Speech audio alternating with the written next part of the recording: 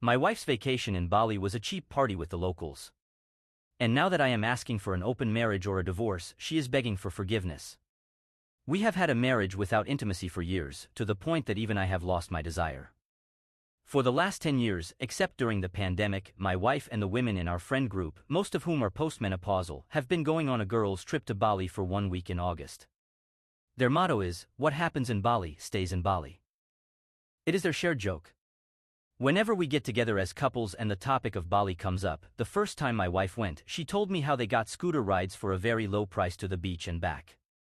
She mentioned that the drivers tried to flirt with them and wanted to come back with them to Australia to live, all told humorously, as a simple flirtation with mature female tourists. After that, when she returned, I only received a brief summary of a week spent relaxing and dining.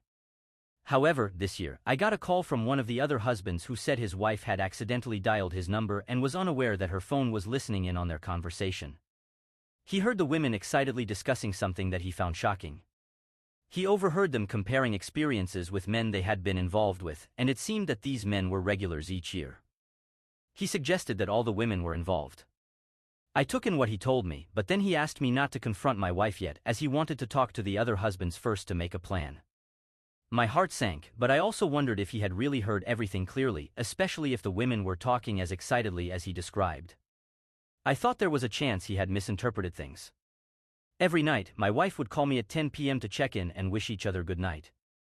That night, when she called, she didn't sound any different than usual. I wanted to ask her specific questions, but instead, I just asked how her day was. She said they followed their usual routine of pool, drinks, beach, shopping, lunch, nap, dinner, and then drinks before heading back to their rooms. The next day, the husbands had a group call. One of them, Ted, eventually gave in to the tension and revealed what was really going on in Bali. Essentially, it was a week of cheating, and Ted, for his part, was okay with it. He explained that the women had arranged with the same locals, who had been carefully selected over the years, to be their Bali husbands for the week. Ted said that not all the women slept with their Bali husbands, but that they all participated in intimate massages, cuddling, kissing, dancing, and partying. He urged us to see things from their perspective as a release with no ill intent toward us. I was furious, telling them that I had endured years of neglect only to find out that it had been saved for some Bali stranger. For all I knew, they could have transmitted diseases to us. Ted quickly defended himself, explaining that the women who slept with the men had mutually committed to safe practices as they wanted nothing less. We all wanted to know which wives had gone that far, but he refused to say, claiming he was unsure. To my amazement, another husband, Greg, commented that it was karma for him, as he had cheated on his wife due to issues in their relationship and suspected she knew, but she never confronted him. Another husband downplayed the situation in a racist manner, dehumanizing the Bali men. He said that if that's what they wanted, then good luck to them. It seemed he wasn't exactly innocent either. This left the 3 remaining husbands, including myself, stunned. So much for brotherhood. We decided to meet after work the next day. It seems that someone informed the women, because right after the group call ended, my phone rang with my wife in tears. The same was true for the others. I told her to save her words, that we would talk in 2 days when she returned. We never had our meeting after work, as there was no point anymore. I kept reliving my marriage and the reactions of the 3 men, unable to comprehend their submission to the situation. Ted asked us, while defending the women, what we really expected from them. According to him, men always exaggerated their behavior during boys' trips, and while I admit that some people I know did that, it wasn't true for me. By the time Saturday came and my wife came home, I was still angry but conflicted. Part of me was relieved that she was home. She was red from crying and tried to embrace me, but I couldn't bring myself to return the gesture. I needed to know if she had been sleeping with her Bali husband. Before she could speak, I asked her how she could treat me so badly and then sleep with some younger, exploited man from a developing country. I told her that she and the others were no better than old men who travel to Asia to exploit young girls or even children. She begged me to listen, but I hardened my stance. I continued to express my feelings until she yelled at me to shut up and listen. She admitted that it was indeed cheating. She claims that she wasn't the type to sleep with her guide. According to her, it was the 3 wives of the more permissive husbands who did that. Yes, she kissed, cuddled, and received daily full-body massages with happy endings. Then she accused me of getting the same thing at Asian massage parlors. I denied ever receiving happy endings and pointed out that I claimed those massages on my health insurance, so there was no way that any sexual favors were involved. She said the guides took them to the beach and shopping and treated them more like servants than partners. She agreed that they had exploited them in the process. She said it was just a bit of fun and excitement and that I could go to hell if she couldn't let loose at her age. I pointed out that her earlier tears were just theater and now she was trying to make me doubt my own reactions. She assured me that she was upset because we all found out and that they knew it would hurt us, and for that, she was remorseful. But she wasn't backing down about the Bali trip being her time. I said fine, then we now have an open marriage or no marriage at all. Two people can play this game, but she wasn't having it. There was a lot of yelling and harsh words exchanged. I left, saying that I was off to start the new arrangement. She told me not to come back home. Since then, I've been staying at my son's apartment. Even he and his two brothers think I'm overreacting. So, I told them to let their partners join the Bali group. I have been a good husband and my wife has been a good wife, aside from the physical intimacy. We have always shown deep emotional affection for each other and have been each other's rock. The things she claims to have done in Bali are exactly what I do for her and what she does for me. What am I not seeing? Update: my rant yesterday got a lot of comments, and for those who think I am weak or that this story is fake, keep your opinions to yourselves. My mental state is a mess right now and I can't process all this. I left the house because it was the safest thing to do to avoid violence and stay out of trouble. I was a boxer and if I lost control, I would be in a bad situation. I have never hit a woman, but I could feel myself losing control, and if I saw Ted right now, he would feel my pain. My adult sons are great and are doing their best to keep me calm. We are a family with strong tempers, but we are not stupid. I will take a break from this post because the comments are stirring me up at a time when I need to think with a clear head. It was my fault for posting this, I'm not sure what I expected to happen. Story 2, my fiancée, 32, doesn't want me, 28, to talk to her best friends at all before marriage. We have been dating for the last 2.5 years, and during this time our relationship has been quite public. Public in the sense that both she and I like to post pictures or videos of ourselves from vacations or times together, and we were very clear that we were in a relationship on social media. However, she doesn't have many real-life followers from work or personal life on her social media. She has around 7 or 8 really good friends that she meets regularly and one cousin. We are both mature adults and decided to get married next year, in November or December 2024, from the start of our relationship. So I thought it would be a good idea to introduce her to my family as well. Last month, with her consent, I decided to meet with my family at a good restaurant in the city. My family got to know her, liked her, and decided to fix the date for our wedding. But my fiancé said it would be too soon for her to get married this year, so we eventually decided to fix the marriage date for February 2025, 6 months from now. Usually, in my city, it is a requirement to book the marriage halls early enough so that you get a proper hall, so I took her consent and discussed it with my family, and we booked a hall for the wedding. A few days later, she also went and booked a hall for her side of the party. It is normal to have parties from both the bride's and the groom's sides in our culture. So far, I have introduced her to my family and one female friend of mine who lives in a different town with her boyfriend, and both of these meetings were proper, well-planned meetings. She also met another friend of mine accidentally at a mall. However, I have never met her friends in the same manner. Only once or twice have I met some friends by accident when I was driving my fiancé somewhere, and 2 or 3 of her friends also joined us. We just exchanged a few words as we traveled in the car. But her friends were aware that we were dating, of course. Now, a strange incident happened last week that left me really confused. It was a text from one of her friends on social media. Before this, I had never spoken to this friend of hers except only once a year ago, back when my fiancé wasn't talking to me as we had a fight. So I texted this friend of hers and asked her politely to talk to my fiancé once as she is a good friend. She said, "Okay, I will surely talk." I texted her friend only because I felt my fiancé was going through a lot of things and probably needed a friend to discuss properly, as she had a huge financial loan and even had a fight with me and her family for some reasons.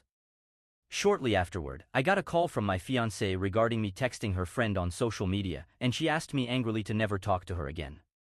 I was surprised, but I complied as our relationship wasn't so stable back then, and I gave her space to settle down. After a while, that day, I got a message from her friend saying, "Hey, sorry, I can't help you with this," and she blocked me on social media. I was okay with that and didn't react back. So this was last year's incident. Now this same friend texted me suddenly last week as she wasn't able to reach my fiancé over the phone and was tense about what was going on. I politely replied back, saying, "Hey, she's alright, probably busy with work. I'll inform my fiancé that you're trying to reach her." I called my fiancée and told her that her friend had tried to contact her, to which she responded with, "Oh Lord, why does she have to text you? Please block her on social media." I found it very weird to block that friend and immature at the same time, so I told her I wouldn't. My fiancée then said that her friend would block me instead. A few moments later, I saw that I was blocked again on social media by her friend. Actually, this time around, it made me a little angry, and I ended up texting her on her other social media account, telling her, "Hey, how are you doing? I didn't like what you just did. This is not a very respectful way to talk to someone." I also wrote, "If your husband has some self-respect, he should also not text my fiancé when you guys are having issues." Then she replied, saying, "Hey, my husband, me, and her were in her life long before you came into it." After that, I politely explained that I didn't mean to break their friendship and only wanted to make their bond better. I just felt disrespected for being blocked twice when I just wanted to talk or get to know them. She didn't reply to that and informed my fiancé, who again got very angry with me for mentioning her friend's husband. I felt that it was the only logical way to express myself. I was serious about my fiancé, and I had already introduced her to my family and friends. She doesn't have many family members, her parents have passed away, and her cousins live in other countries or far away. But her friends would be the ones attending our wedding from her side, so I expected her to take me a bit more seriously and maybe not ask her friends to block me, at least on social media. She often visits this female friend's house, and sometimes they have sleepovers, and even parties with this friend and her husband at their house, birthday parties or for some other reason. I've never properly gone out or met any of her friends formally. I've expressed to her a couple of times that since her friend brings her husband and baby along to group meetings sometimes, maybe I can also go along and meet them once. But she is strictly against this, and this recent blocking incident is seriously bothering me. My fiancé says, "My ex-boyfriends have bothered my friends before, and I don't want these things to happen again." But this probably would have made sense maybe a year ago, but now we're going to get married in 6 months, and yet she's still hesitant and says she will introduce me to them only after the marriage. Additionally, when she gets married, these friends will likely have to help her with her side of the wedding arrangements, as she has no one else. So, I needed to talk to them as well for our upcoming wedding preparations.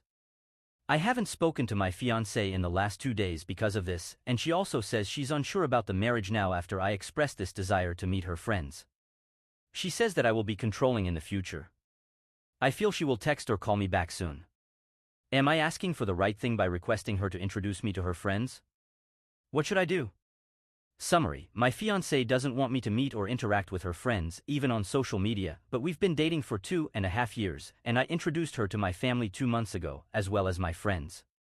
My fiancé often visits her best friend's house, and sometimes they drink and party with her friend's husband around, obviously at the house. My fiancé also has sleepovers or alcohol parties with another couple of friends who aren't married yet. I find it weird because she never lets me interact with her friends, and recently, she even had a friend block me last week after texting me. I raised this concern with my fiancé and said, "I think I should get to know your friends at least once now that we have a wedding in 6 months." But she is reluctant and says I can only meet them after our marriage. What do you think I should do next? Am I correct? Update: a few days ago, I posted about how my fiancé asked one of her best friends to block me on social media. It hasn't been long since the blocking incident, but today I was surprised to learn that my fiancé's mother, whom she had always referred to as deceased, is actually alive. So, a few weeks ago, her best friend, who is already married with 1 child, texted me to know my fiancé's whereabouts, as she wasn't able to reach her. My fiancé, upon finding out, instantly asked me to block her friend, but I refused. However, that friend blocked me, and the rest of the story is already in my previous posts. Since then, I've had a hard time trusting my fiancé. My fiancé has always told me that she had no family. She said she was an only child and both her parents had passed away. She used to go to her countryside home every 3 to 4 months to visit her aunt, whom she claimed was the only person alive from her family. But all this always seemed a little off. Every time she used to go there, she would stay for at least 2 to 3 days. There were other things that seemed strange too, like every time she received a phone call, the contact name would show up as Dad at home, but it was a woman speaking on the other end, who she always referred to as her aunt. My fiancé has already met my parents, and we were supposed to get married in the coming February. My parents were initially hesitant about our marriage because they didn't like this secrecy, and my fiancée had also made her best friend block me. I thought it to be just generational differences and was trying to make my parents understand that maybe it's not that big of a deal. But my parents still didn't like this relationship, and one day last week, they went near my fiancée's office and asked one of her colleagues if she knew about her parents. But that colleague didn't know much about her family. I know this wasn't the right thing for my parents to do, but they probably could see the suspicious things from an outsider's perspective and just wanted to keep me safe. I tried to make them understand later that it's wrong to bring such things into a professional space. They agreed not to ask again, but also urged me to do proper research before making any further steps toward marriage. So, I also tried to reflect on my parents' point of view and the whole situation from an outsider's perspective, and all of this made me more impatient. My fiancée simply wouldn't let me talk to any of her friends or family, nor would she allow me to follow them on social media. The reason she gave for not introducing me to her family was that her family would never approve of an intercaste marriage. Intercaste or intercommunity marriages are still not quite accepted in some parts of the country. She always used to say how open-minded her parents were and that her whole upbringing was very modern, etc., and she would criticize my family for being suspicious and backward. She also used to say that if her parents were alive today, they would have definitely attended the wedding. Initially, my parents liked my fiancée when they met her for the first time and were very happy about the marriage. My father even offered to cover the wedding expenses on her side since she wasn't doing well financially. But they became suspicious when she made her best friend block me. All of this combined made me very suspicious, so I decided to visit her countryside house today just to check things out. I went there pretending I was looking for someone else, and when I knocked on the door, her mother came out. I knew it was her mother because my fiancé had shown me photos of her before. It was like seeing a ghost. She looked healthy, smiling, and very much like my fiancé. My fiancé and I haven't been talking properly since the day my parents went to her office. She called my parents crazy and said awful things about them for doing such a thing. She was angry and said that people from my community are cunning, devious, and crazy, always spying on others. But she never admitted that she had told such a big lie to our family. While I admitted to her that it was wrong for my parents to ask at her office, I don't think it was right for her to speak badly about my family while acting so suspiciously, asking her friends and family to block me and faking her mother's death. I haven't spoken to my fiancé about this yet, and I don't really know what to make of it. This was a huge lie, and I don't see a valid reason for it. Her father, as I confirmed from the nearby locals, had actually passed away, and her mother was living there with her aunt, who was living in a different house just on the adjacent block. I just want to know if there could be any valid reason or judgment that can be applied to this scenario because I can't think of any. Her mother looked fit and healthy to me, roughly around 50 to 60 years of age. Summary: my fiancé asked me to block her best friend on social media, claiming that her parents were dead and that only her aunt was alive. However, I discovered that her mother is actually alive and living in her countryside home. This, along with other suspicious behavior, has led to trust issues. Now, I'm unsure how to proceed as my fiancé refuses to introduce me to her family and has been dishonest about significant details. Update: it's been about a month since I posted my question about my fiancé's strange behavior and her lying about her mother being dead. Today, I thought of posting a small update regarding the entire situation because a lot of you have been asking for one. After discovering that her mother was still alive, I was shocked for a few days, but gradually I started to feel better, though I was still eager to understand if I had done anything wrong, especially because I had seen both the good and bad sides of her. Now that some time has passed and I can think more clearly, although I miss her at times, I reflect on what I know about her. She is someone who is naturally very compassionate and has shown great kindness towards animals, adopting or helping several stray animals. During the 3 years we were together, I saw her experience happiness, sadness, and vulnerability.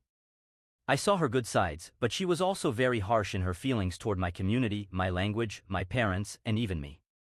She clearly did things that were wrong, like discouraging interaction with her friends, lying about her mother's death, among other things. She also lied to me another time in the past, which I consider the second biggest lie after the story about her mother's death.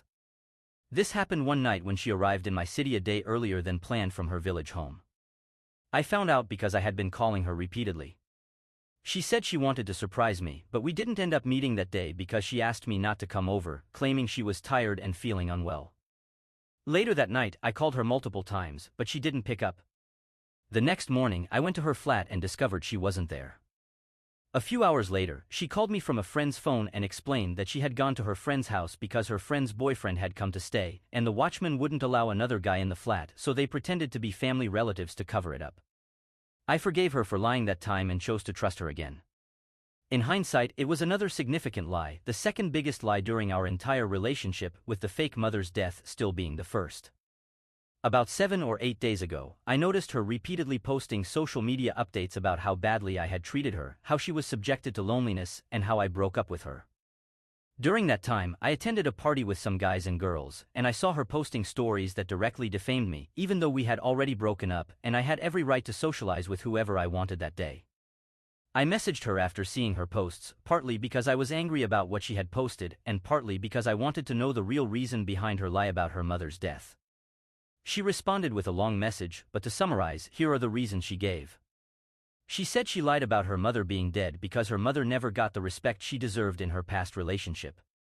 Her ex-boyfriend probably never let her stay at her mother's house for more than 2 days.